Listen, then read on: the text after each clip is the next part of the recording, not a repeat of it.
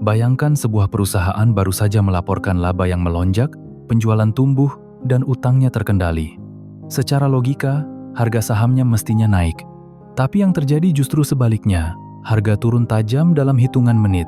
Di titik ini banyak orang mulai sadar bahwa pasar saham tidak selalu bergerak sesuai akal sehat yang sederhana. Fenomena seperti ini bukan kejadian langka. Kita sering melihat saham yang bisnisnya sehat malah melemah, sementara saham yang kinerjanya biasa saja justru terbang tinggi. Bagi investor pemula, situasi ini terasa membingungkan. Namun justru disinilah pelajaran penting dimulai. Harga tidak selalu mencerminkan kenyataan saat itu juga. Pasar saham pada dasarnya bukan hanya tempat angka bertemu angka. Di dalamnya ada jutaan keputusan manusia, dan setiap keputusan membawa emosi, harapan, ketakutan, juga kepentingan yang berbeda.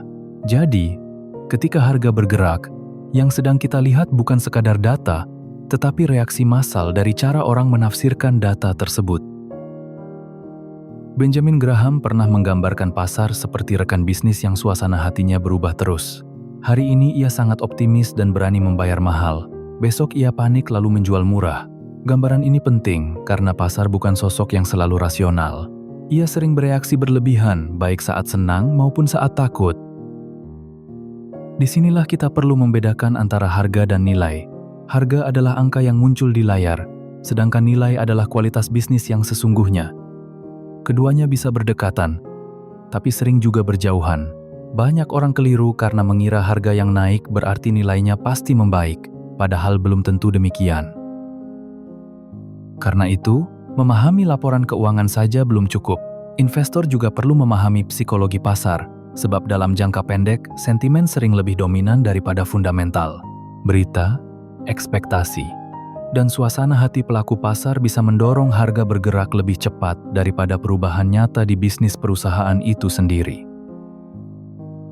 Maka pembahasan ini bukan sekadar soal saham naik atau turun. Kita sedang membedah cara kerja pikiran manusia saat berhadapan dengan uang, risiko, dan ketidakpastian. Dari sini kita akan melihat mengapa pasar sering tampak tidak masuk akal, dan bagaimana investor yang tenang justru bisa membaca peluang di tengah kekacauan itu. Dalam dunia investasi, musuh terbesar seringkali bukan kurangnya informasi, melainkan cara otak kita memproses informasi itu. Bias kognitif adalah pola pikir yang membuat seseorang merasa sedang rasional, padahal keputusannya sudah dibelokkan oleh persepsi yang keliru. Ini bukan soal pintar atau tidak, tetapi soal bagaimana manusia bereaksi saat uang dan ketidakpastian bertemu. Salah satu yang paling sering muncul adalah efek kawanan. Ketika banyak orang membeli satu saham, kita merasa aman untuk ikut masuk, seolah keramaian adalah bukti kebenaran. Padahal pasar tidak pernah menjamin bahwa yang ramai pasti benar. Seringkali orang membeli bukan karena paham bisnisnya, tetapi karena takut tertinggal momentum. Lalu ada confirmation bias, yaitu kecenderungan mencari informasi yang mendukung keputusan yang sudah kita ambil. Setelah membeli saham tertentu, seseorang biasanya lebih senang membaca analisis yang menguatkan keyakinannya, sambil menolak sinyal bahaya yang sebenarnya penting. Akibatnya, keputusan tidak lagi dibangun di atas evaluasi, tetapi pembenaran. Bias berikutnya adalah anchoring, saat pikiran terpaku pada satu angka tertentu. Misalnya, karena sebuah saham pernah berada di harga jauh lebih tinggi, orang langsung menganggap harga sekarang pasti murah. Padahal harga masa lalu tidak otomatis relevan jika kondisi bisnisnya sudah berubah. Angka lama sering menipu karena terlihat objektif, padahal konteksnya sudah berbeda.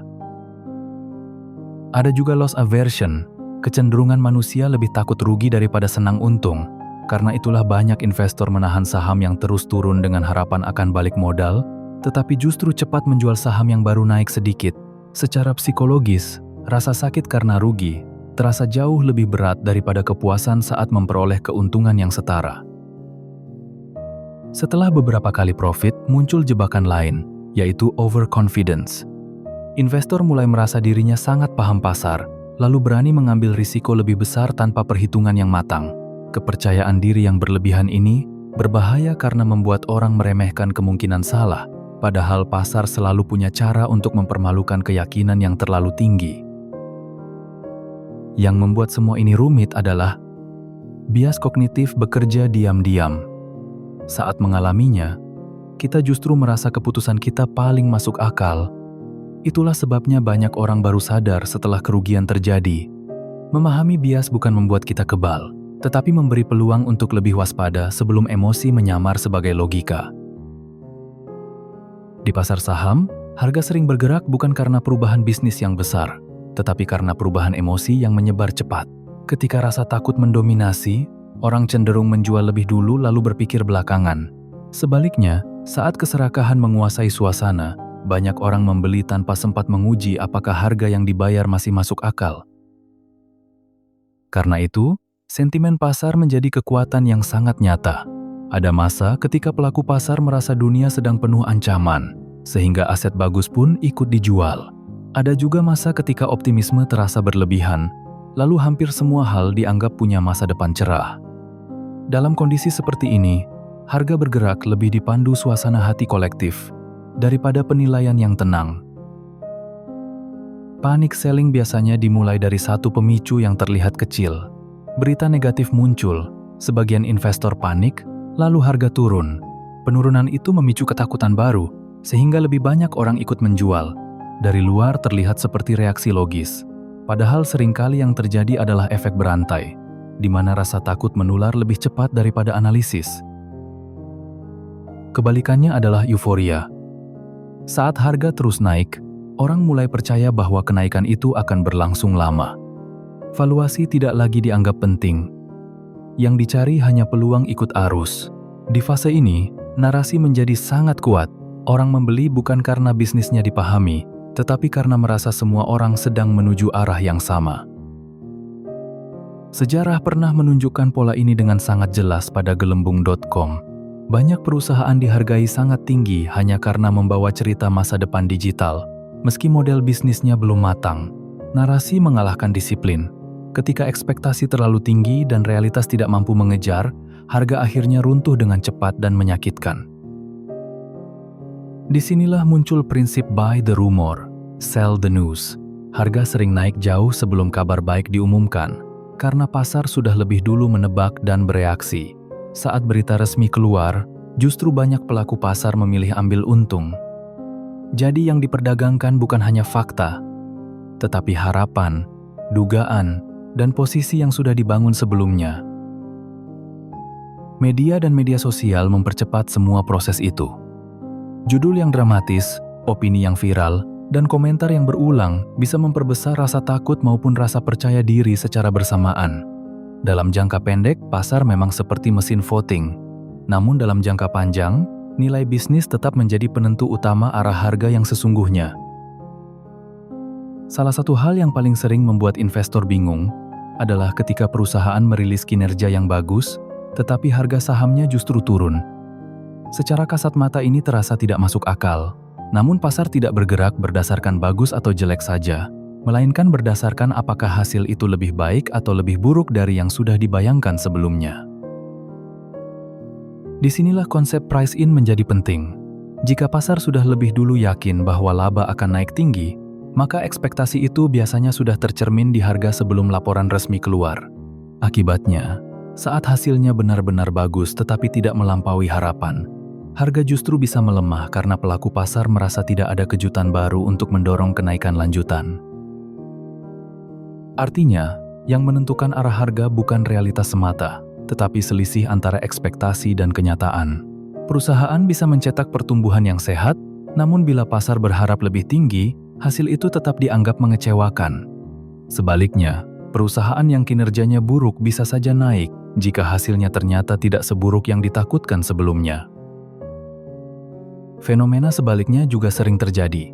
Saham dengan fundamental lemah tiba-tiba melonjak tajam.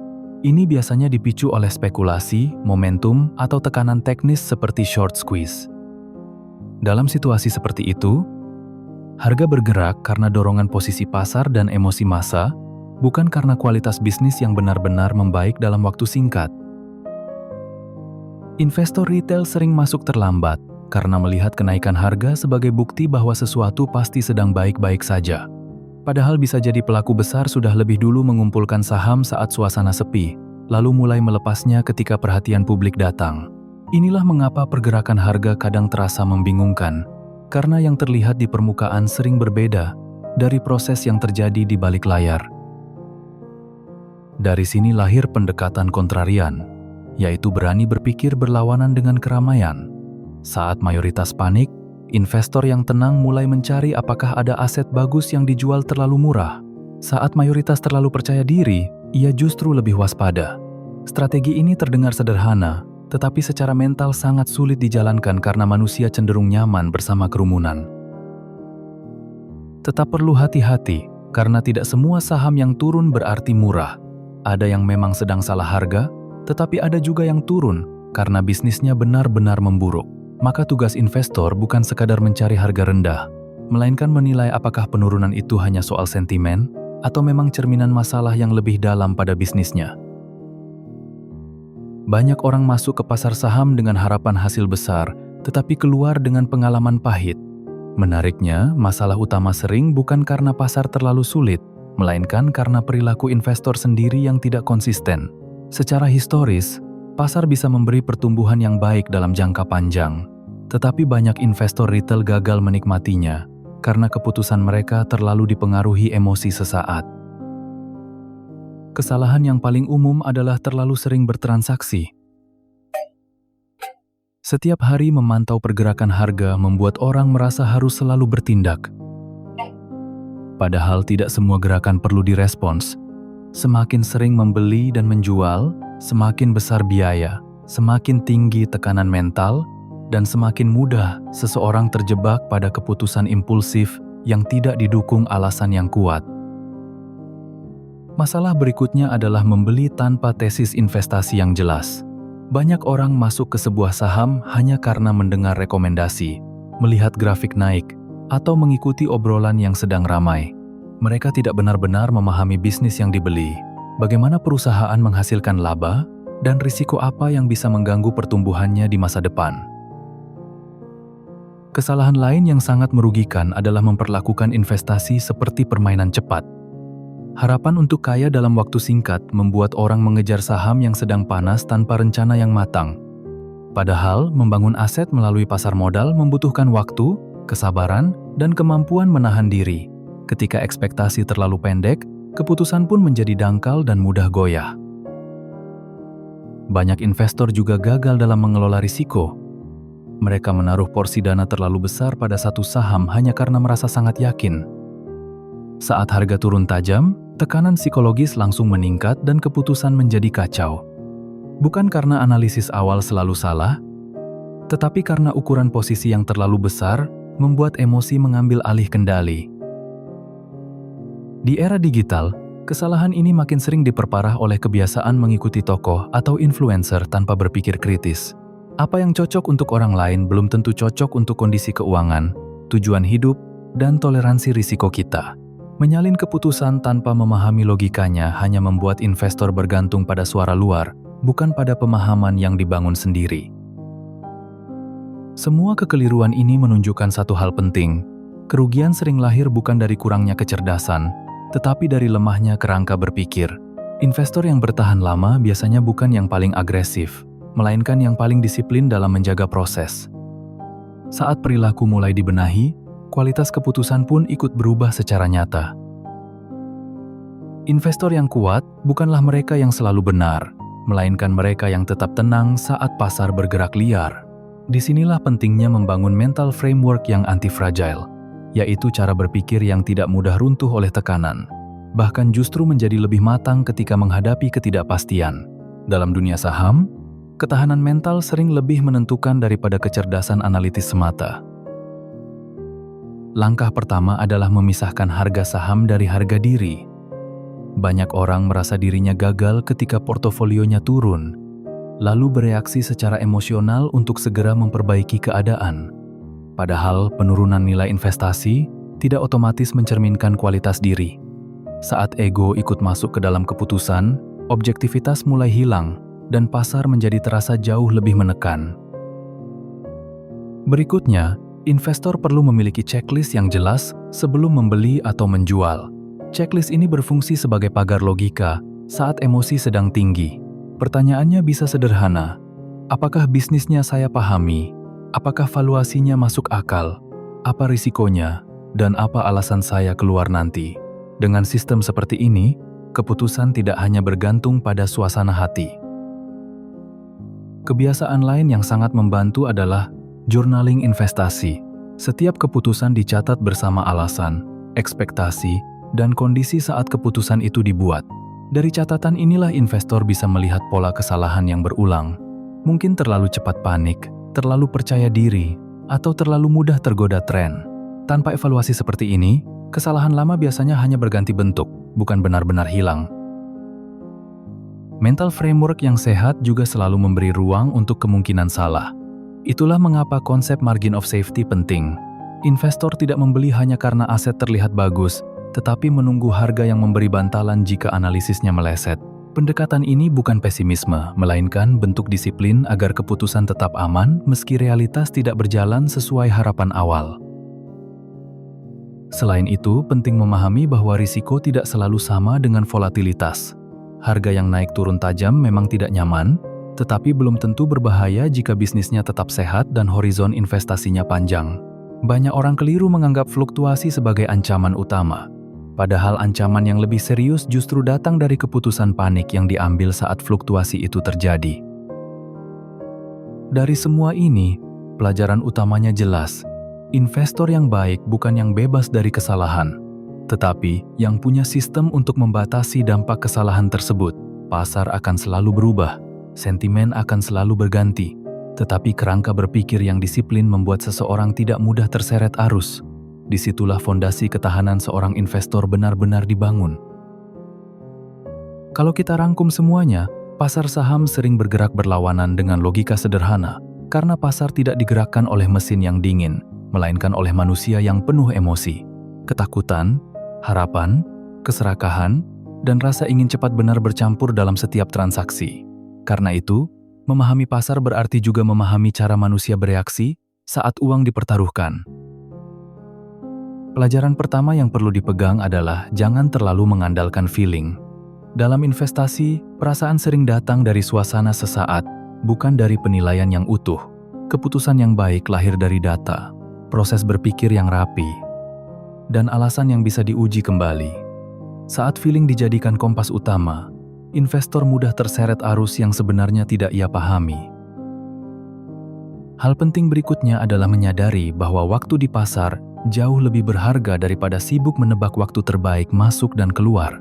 Banyak orang kehilangan hasil besar bukan karena salah memilih saham, tetapi karena terlalu sering mencoba menaklukkan pergerakan jangka pendek. Padahal pertumbuhan aset biasanya datang kepada mereka yang sabar bertahan dalam proses yang panjang.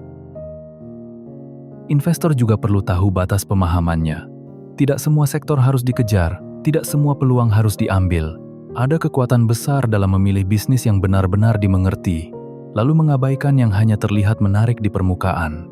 Ketika seseorang berinvestasi di area yang ia pahami, keputusan menjadi lebih tenang dan tidak mudah diguncang oleh kebisingan pasar. Selain itu, ekspektasi harus dijaga tetap realistis. Pasar saham memang bisa membantu membangun kekayaan, tetapi bukan jalur instan untuk hasil luar biasa dalam waktu singkat.